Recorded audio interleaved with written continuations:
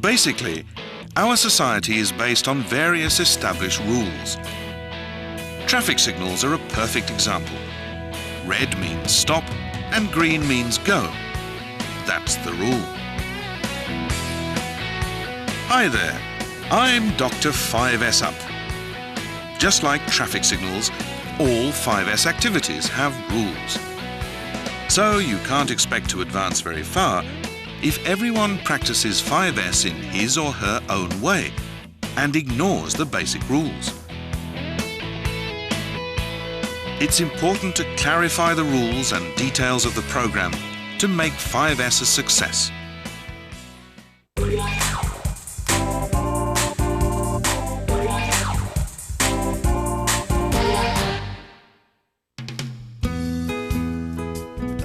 This is Tama Manufacturing Company Limited, an automobile parts manufacturer in Gunma Prefecture in Japan. This factory manufactures car air conditioners, air suspension compressors, and many other products. At Tama Manufacturing, we introduced 5S 8 years ago. It was based on our president's decision, but everyone was involved in the implementation. Right from the start, 5S was actively practiced and improvements were soon achieved at various work sites. One example is this oil stand. We used to stock 25 different types of oil. By rearranging the system, we managed to reduce the number by more than half to just 12 types. We also assigned a number to each type and attached the same number to the corresponding injection hole in the machines to avoid mistakes. Another item we've devised is this oil receiver to avoid the problem of oil dripping immediately after use. This improvement was proposed by one of the employees, and it was put into practice according to the rules prepared by our 5S promotion team. Let's now look at the basic points concerning 5S program planning and rulemaking, using examples from Tama Manufacturing.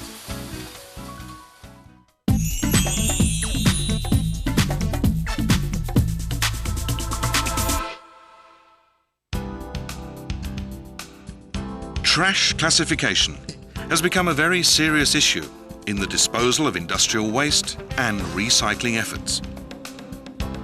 At this worksite, different waste boxes have been installed according to the type of refuse to be disposed. Pictures showing each type of refuse are attached so that everyone can tell easily where to put which type of trash. Prior to starting any 5S activities, you need to have clear rules that everyone can understand, just like the example shown here. Common rules can be determined by thoroughly investigating the way things should be, or the ideal model of the worksite. Once you have a clear image of the way things should be relevant to each worksite, you will naturally discover the goals to be set in your program planning and rulemaking. In order to get a clear image of the way things should be, you should establish a specific target section and consider its ideal conditions using images and charts. Or you can actually go to the site and discuss the situation with those who work there. It's important to have a thorough discussion by all the members of the 5S promotion team before you go to the site. The point is that even if the rules have been carefully prepared, they will never function effectively if everyone has a different image of the way things should be. We have noticed an important point at Tama Manufacturing. It is that visual management can be conducted on the way things should be. For making procedures and rules, we referred to the standards of ISO 9000. In other words, the results we obtained through our investigation of the way things should be for 5S coincided with the conformity in ISO.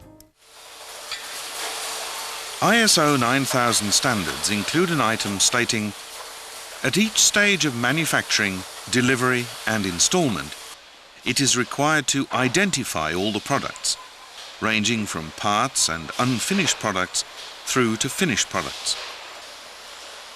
In other words, you are not conforming if you don't identify all products, if you are not putting parts or other items on a designated shelf or in a fixed storage position, or if anything with a different identification is found in such a location. This is the same concept of clearly fixing storage positions found in the clearing up and organizing parts of the 5S program. Once you have identified the way you think things should be and have created the rules, then you should make them known to every employee at the workplace without exception. In other words, you have to try to share the image of the way things should be with the entire staff. There are several important points to bear in mind. Each team member involved in creating the rules has to put them into operation themselves, so that others can grasp them clearly. Make the rules easier to understand by using, for example, illustrations and photographs. Encourage everyone to get a grasp of the rules through repeated experience rather than just explanation. 5S is based on the participation of the entire staff. Not only do the rules have to be understood, but also the image of the way things should be has to be shared by everyone. This is because the aim of 5S is to realize the way things should be at the worksite through activities based on various rules. Here's a summary of Part 1. 1. 5S starts with making rules. 2.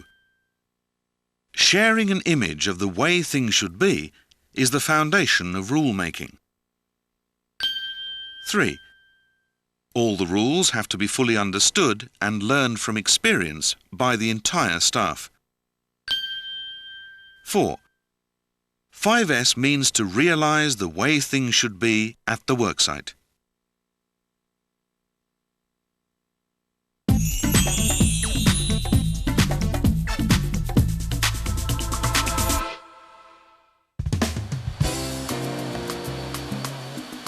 Whether the 5S program will succeed or not really depends on whether the 3S of clearing up, organizing and cleaning can be thoroughly practiced or not.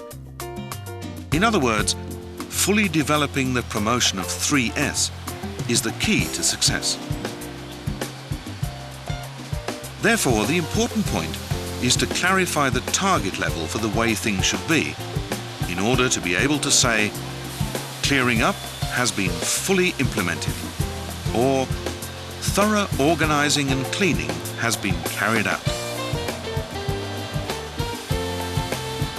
Now let's look at the way things should be, as determined at the target sites at Tama Manufacturing. The way things should be has to be checked from several viewpoints based on clear reasons, rather than just checking loosely whether everything appears neat or not. Let's take a passageway inside the factory as an example.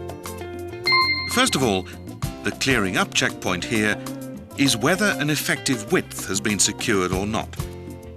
The reason for this is to avoid transportation waste resulting from items placed in the passageway. The organizing checkpoints are whether all the lines are properly indicated with tape, whether any of the lines are damaged, and whether any items extend over the lines. The reason for these checks is to avoid any obstacles that could cause accidents. Now for the cleaning checkpoints. Obviously, there should be no dust or dirt on the passageways, and foot wiper mats should also be cleaned thoroughly. The function of a cleaning mat is nullified if it is not replaced with a new one regularly. This is the way things should be in the case of a tool shelf. A clearing up checkpoint here is whether any items other than tools are placed there. Any items other than those designated for that particular shelf are unnecessary items. An organizing checkpoint here is whether all the fixed storage places or fixed way of storing are clearly indicated or not. If the indications are clear, then every tool will always be put back in its designated position. Now let's look at the cleaning checkpoint, whether the shelves and tools are soiled in any way. Soiled tools can mean soiled products, and that can have a negative effect on quality. Next, filing cabinets. The clearing up checkpoint here is whether the file names are all correctly indicated or not.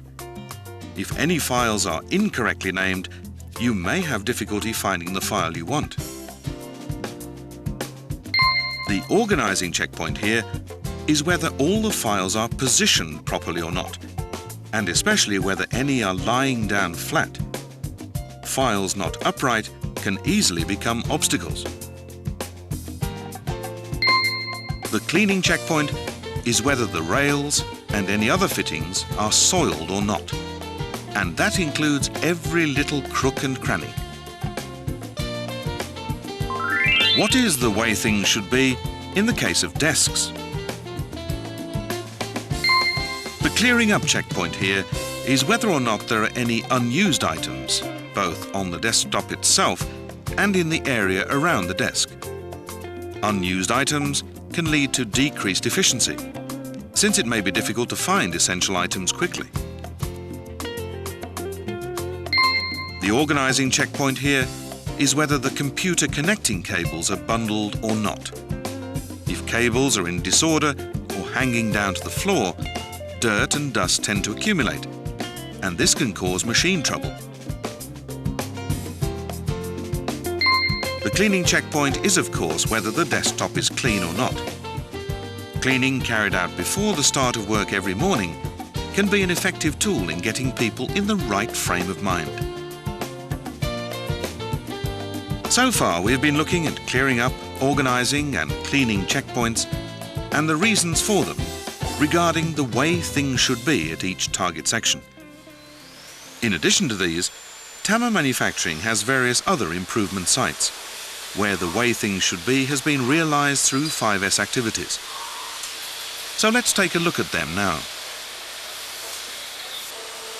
Here is a good example of realization of the way things should be. Visual management was made possible by changing the position of measuring instruments to the front face of machines and equipment.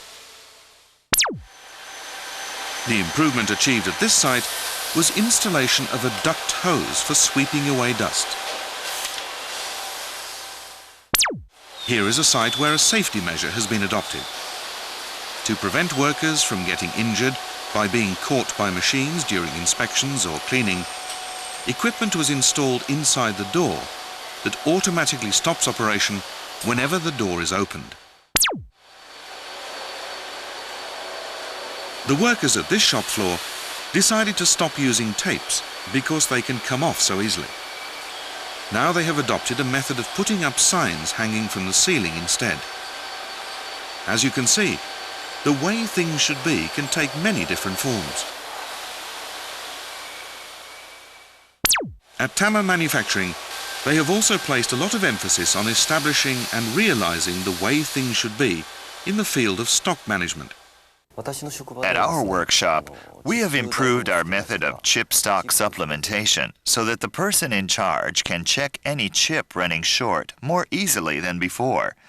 We put an order placement card for each chip in advance, and operators are required to put the card on a special shelf whenever stock of any type of chip is running short as they are using it. Since the adoption of this system, work efficiency has improved because we have eliminated the problem of running out of stock. The way things should be naturally varies depending on the worksite. Please try to confirm all the checkpoints, clarify the reasons why such points are necessary, and through discussion, identify the way things should be at each site. Now let's summarize part 2. 1. In order to identify the way things should be, you have to make checks from the respective viewpoints of clearing up, organizing, and cleaning. 2. In order to investigate the way things should be, you have to consider the reasons why they are needed. 3.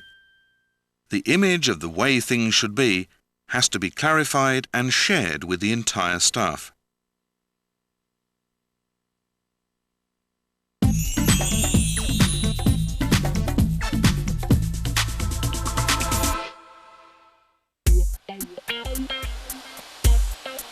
Once you have shared the image of the way things should be, then it's essential also to share the method of putting 3S into practice: clearing up, organizing, and cleaning. You often see work sites that decide to carry out clearing up and organizing simultaneously when they start to implement 3S. But in fact, clearing up and organizing should be conducted separately. Thorough clearing up should be implemented first.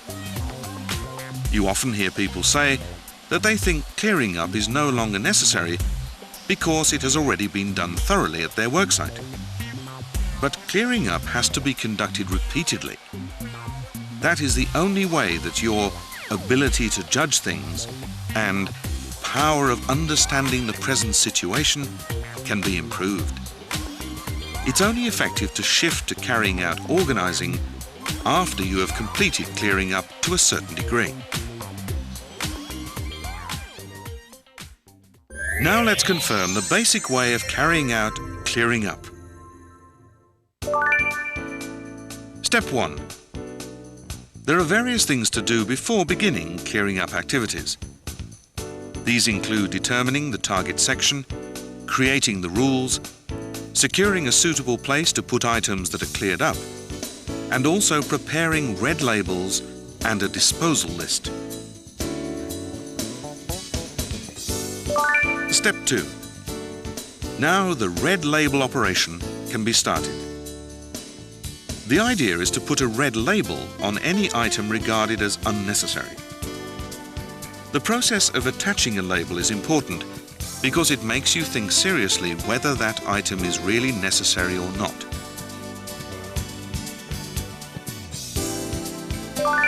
Step 3.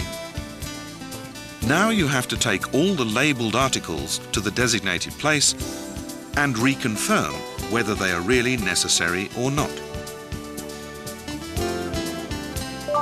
Step 4. Sometimes it may be impossible to make an immediate judgment as to whether an item is necessary or not. In this case, you should write the date and the name of the person in charge on the label and fix a special place for storing such articles for a certain period until the appropriate action can be taken. Step 5. Make a record of all the unnecessary items on the disposal list and then dispose of them. It is never easy to dispose of things. The important point is to make a balanced judgment and act decisively. There are 3 basic factors in the organizing step: where to put, how to put, and how to indicate. Let's now check the important points for each of these. First, where to put. In storing things, aim at a fixed place and a fixed volume. Put only really necessary things near the production line. Classify items into those to be stored at a distance and those to be kept close by. Try to optimize the storage space while confirming its operational situation. Second, how to put. Try to keep things either parallel with or at a right angle to passageways and walls. The basic aim is to store items so that they can be easily found and picked up at any time. Put items within a fixed area. Third, how to indicate. Make it a principle to indicate each storage place and each item to be stored as a pair. Put indications on both the storage place and the item to be stored. Use a standardized indication method throughout the company. Use indication methods that are suitable for immediate visual confirmation, such as line tapes, labels, signboards, illustrations, and photographs.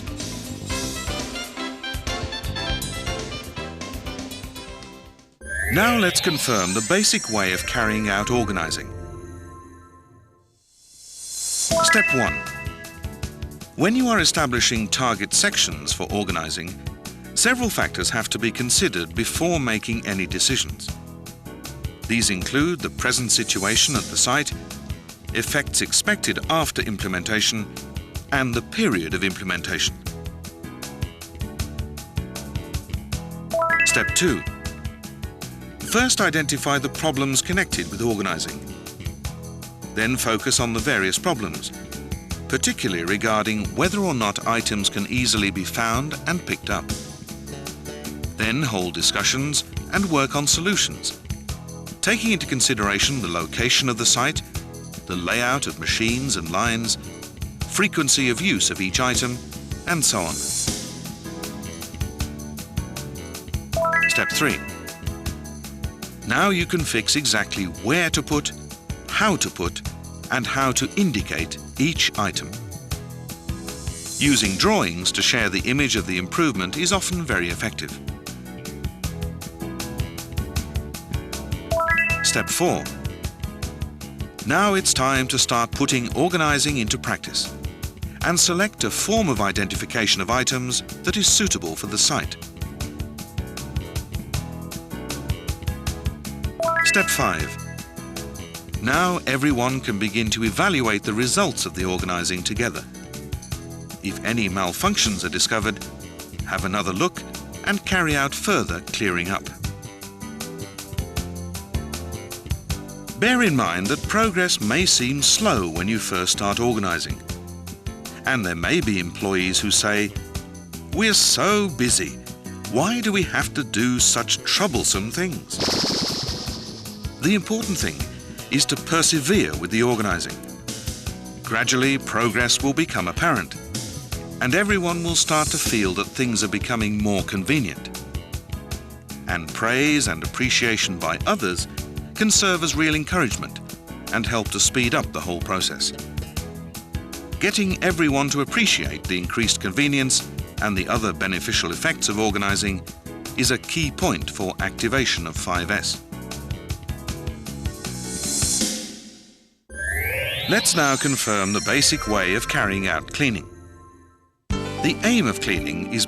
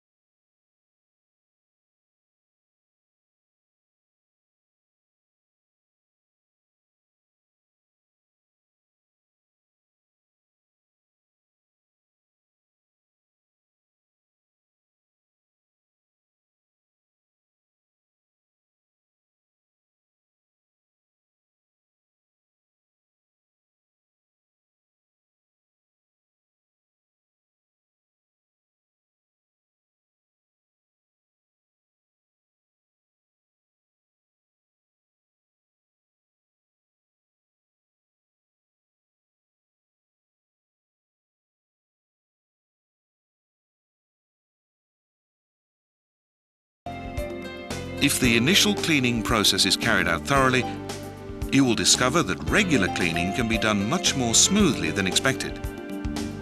The important point in regular cleaning is that you should always remember to conduct simultaneous inspection. The cleaning step also includes inspection. Now here's a summary of part 3. 1. As you put 3S into practice, carry out the 3 steps of clearing up, organizing and cleaning separately, not simultaneously. 2. Carry out clearing up repeatedly and dispose of unwanted items decisively. 3. The process of organizing gets quicker once everyone starts to feel the benefits of convenience.